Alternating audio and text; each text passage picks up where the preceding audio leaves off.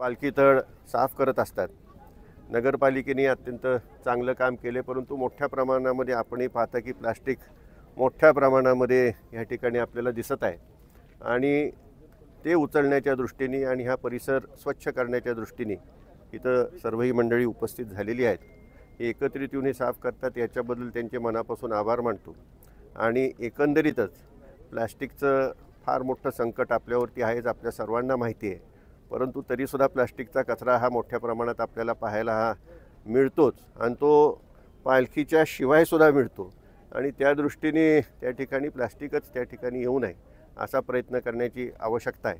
आज ही सर्व मंडळी एकत्रित येऊन या ठिकाणी प्लास्टिक उचलण्याचं काम ह्या ठिकाणी करणार आहेत।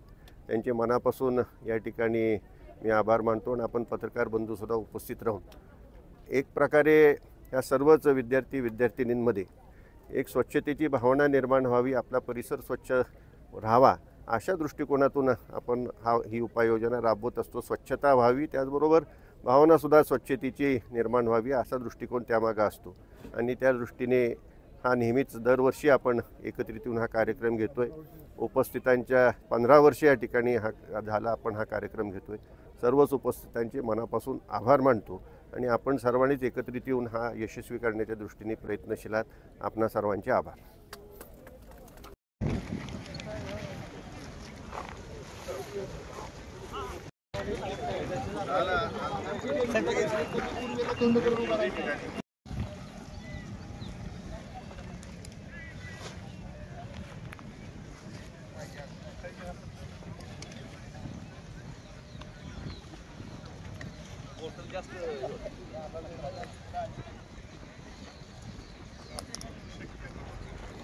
बुधवारची ज्युनियर कॉलेज आपण रांगेमध्ये अगोदर विद्यार्थ्यांना उभा करायचा आहे। रांगेमध्ये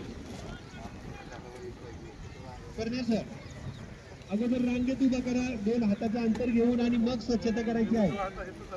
घोळक्याने स्वच्छता करायची नाही। आपण सर्व विद्यार्थ्यांना अगोदर रांगेमध्ये उभा करूया। बुधवारची हायस्कूल ज्युनियर कॉलेजचे विद्यार्थी अगोदर पूर्वेला तोंड करून रांग उभा करून रांगेत उभा राहतील, मग स्वच्छतेला सुरुवात करायची आहे।